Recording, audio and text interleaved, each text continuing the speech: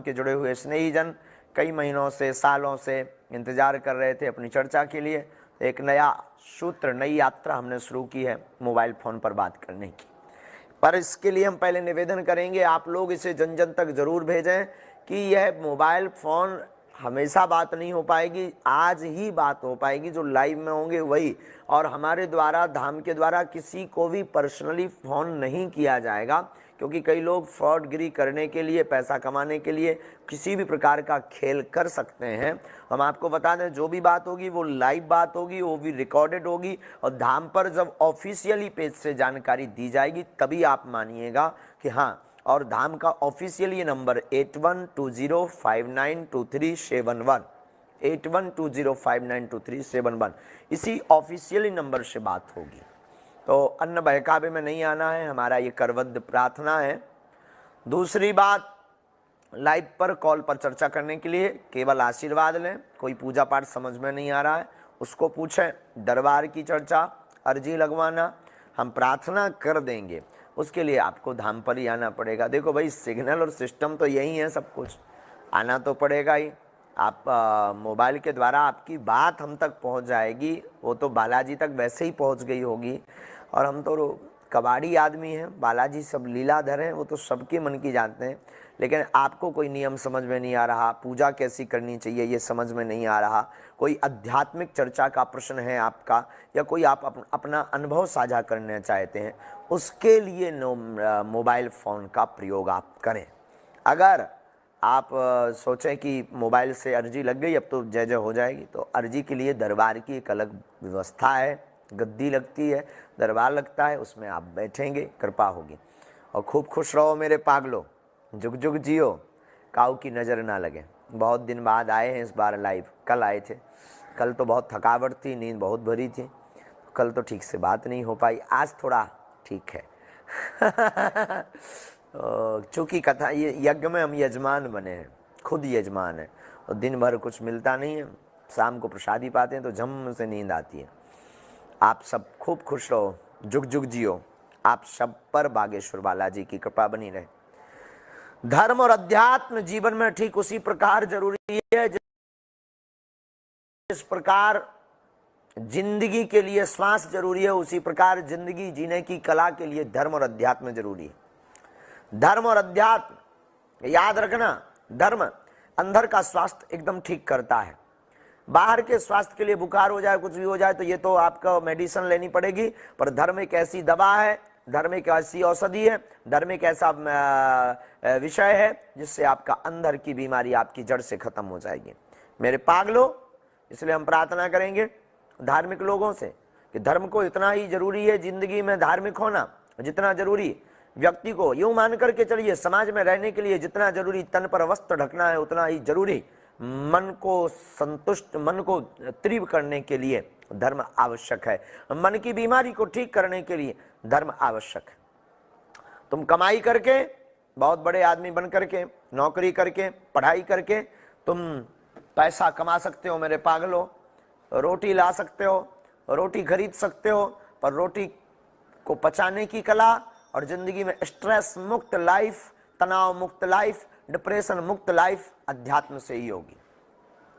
अध्यात्म एक ऐसी औषधि है कि जिसने भी अध्यात्म रूपी औषधि को पाया तो उसने खाक में भी अपने आप को शहंशाह समझा। अध्यात्म एक ऐसी दवा है कि जिस व्यक्ति ने अध्यात्म को पकड़ा, ऐसा व्यक्ति अध्यात्म को पकड़ने के बाद जो टूट चुका उसको पुनः चलने का मौका मिलता है। अध्यात्म एक ऐसी यात्रा है, गिरे हुए व्यक्ति को उठाने का संबल नहीं, अपितु उठाने की कला और अपितु उठाने के लिए बूस्ट भी लगाता है। अध्यात्म एक ऐसी यात्रा है जिसको ठीक यूं मान करके चलिए कि आप जिंदगी में बहुत पस्त हो चुके हैं, परास्त हो चुके हैं, अगर आपने अध्यात्म को पकड़ लिया, अध्यात्म को स्पर्श कर लिया, अध्यात्म के ऊपर चल, अध्यात्म को अपने जीवन में धारण कर लिया, तो आपकी जिंदगी में ठीक उसी प्रकार जैसे यूं मान करके चलिए, मर रहे मृतक व्यक्ति के लिए, भूख से मर रहे मृतक व्यक्ति के लिए भोजन जरूरी हो जाता, वैसे ही जिंदगी को चलाने के लिए, जिंदगी को जीने के लिए अध्यात्म जरूरी होता है। अध्यात्म के बिना सब शून्य है। इंडिया में पहली बार मैट्रिमोनियल ऐप पर चैट करना हुआ बिल्कुल फ्री, सिर्फ जीवनसाथी.com। आखिर बात होगी। बिना सब शून्य है और कोरी बातों से काम चलने वाला नहीं है। इसलिए याद रखो, आध्यात्मिक कहलाना बहुत सरल है, होना बहुत कठिन है। आध्यात्मिक होने के लिए कोई बहुत बड़ी डिग्री की आवश्यकता नहीं है। आध्यात्मिक होने के लिए खुद के अध्याय की यात्रा अंतर्मन से प्रारंभ करके और भगवान को, जो आपका इष्ट है, उस इष्ट का ध्यान, गुरु का ध्यान करना प्रारंभ करना ही अध्यात्म यात्रा है।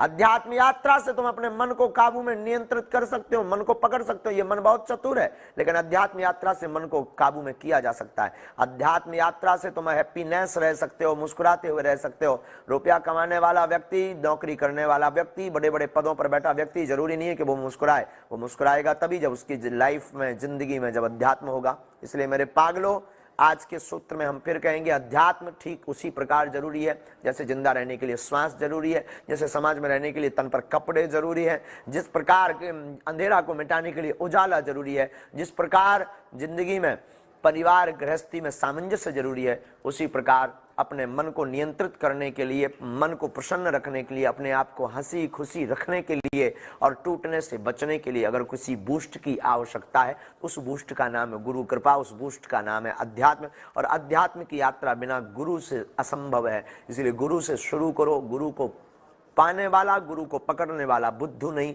अपितु बुद्ध होता है।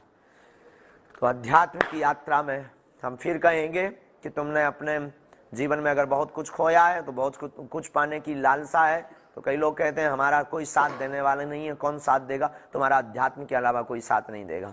हम फिर कहेंगे, आप लाइव जो सुन रहे हैं 8120592371 पर, आप वही बात करें, अर्जी की बात ना करें, आप वही बात करें जिससे किसी को बहुत अनुभव मिल सके, आपके जीवन का अनुभव मिल सके। आप किसी पूजा पाठ के बारे में पूछना चाहते हैं, अध्यात्म के बारे में पूछना चाहते हैं, फोन कॉल व्यवस्था उसलिए। दरबार की अर्जी, दरबार में नियम है, धाम की महिमा है।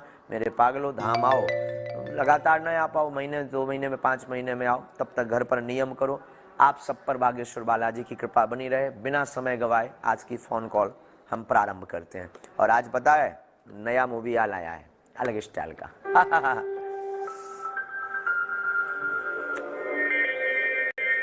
जैसे ये खुलेगा तुरंत टन टन होगा।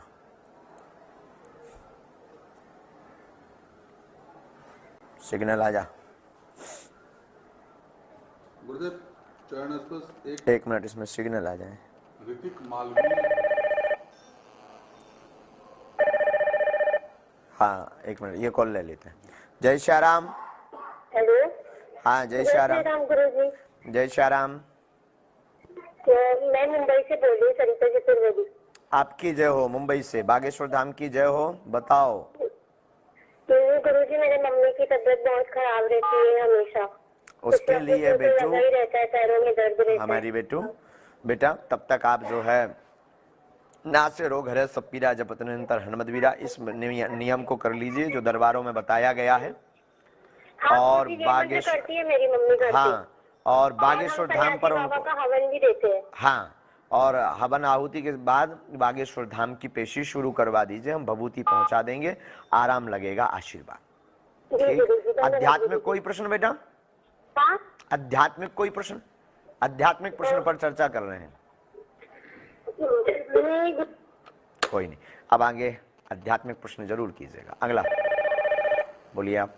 ऋतिक मालवीय हैं, ये कह रहे हैं गुरुदेव, श्री कृष्ण ने अवतार लिया मथुरा में और बचपन बिताया, तो उन्होंने अपना बचपन वृंदावन में ही क्यों बिताया? कहीं और क्यों?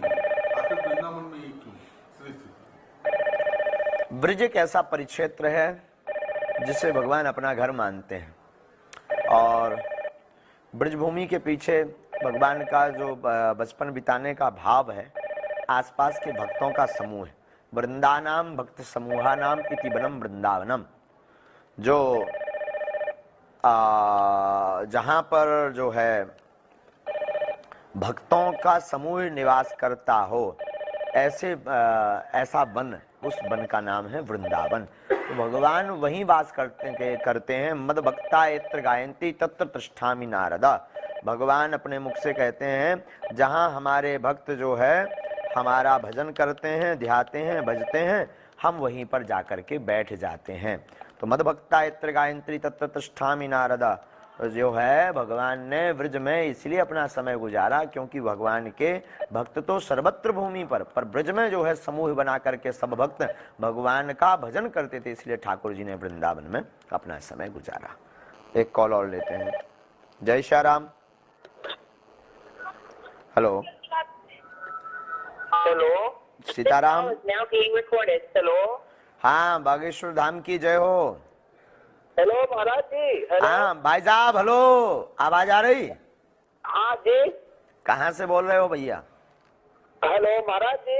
अरे प्रभु, आवाज आ रही? हाँ हाँ जी जी। बोलिए। मैहर से बोल रहे हैं। मैहर? मैहर से जीतन। शारदा भवानी की जय हो, माँ शारदा माता की जय हो। जय हो, जय शारदा माता की। बोलो, क्या है, क्या आज्ञा है हमारे लिए? महाराज जी हेलो। हाँ हेलो, आ रही है आवाज? महाराज जी प्रणाम। जय बागेश्वर धाम की। जय बागेश्वर धाम की। यही करते रहेंगे कि कोई प्रश्न आध्यात्मिक आपका? महाराज जी बस आपका आशीर्वाद बना रहे, बस फोन लग गया, यही बहुत। सदा सदा जुग जुग जियो राजा, कभी बागेश्वर धाम भी पधारना। आशीर्वाद। ठीक। जय श्री राम।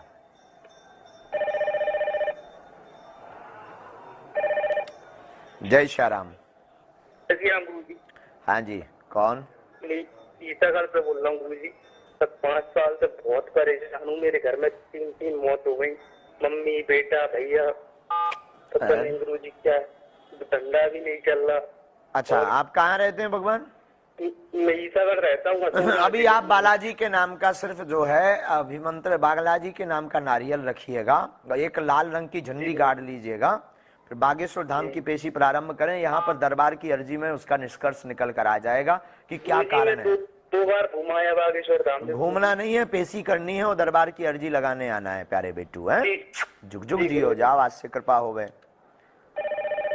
जय श्री राम। जय श्री राम। हाँ बहन जी। बाबा मैं गाजीपुर से बोल रही हूँ, सुनैना सिंह मेरा नाम है। कहाँ? मेरा 22 साल का लड़का था, वो गुजर गया। मेरी लड़की की शादी में बहुत हम परेशान है। पति भी मेरा पीली रेशम लेकर के आप धाम आ जाना, पर्चा बने या ना बने हम गंडा बना दें। गई थी बाबा, हम धाम पे गई थी, उसी आफत में हम गई थी आपके यहाँ। फिर बनारस भी गई थी बाबा। अच्छा, आपका अर्जी लग गया है? आप अर्जी घर पे लेकर नारियल रखे। अच्छा ठीक, चलो हम समझ गए आपकी बात। आपकी अर्जी नहीं लगी है, पर्चा आप बनवा लेना, आप पीली रेशम ले आना, हम दिशा और दशा बता देंगे। रोज भभूति में जब मिलते हैं तब तक आप पेशी शुरू कर दो, जल्दी कृपा हो जाए। आशीर्वाद बहन। बाबा पता नहीं किस तरह से मेरा लड़का चला गया। उसके लिए दरबार में आपको आना है, दरबार में निष्कर्ष निकल के आ जाएगा। खुश हो। जय श्री राम। जय सिया राम गुरु जी। बागेश्वर धाम की जय, आपकी जय हो। प्रभु कैसे हो? बागेश्वर धाम की जय।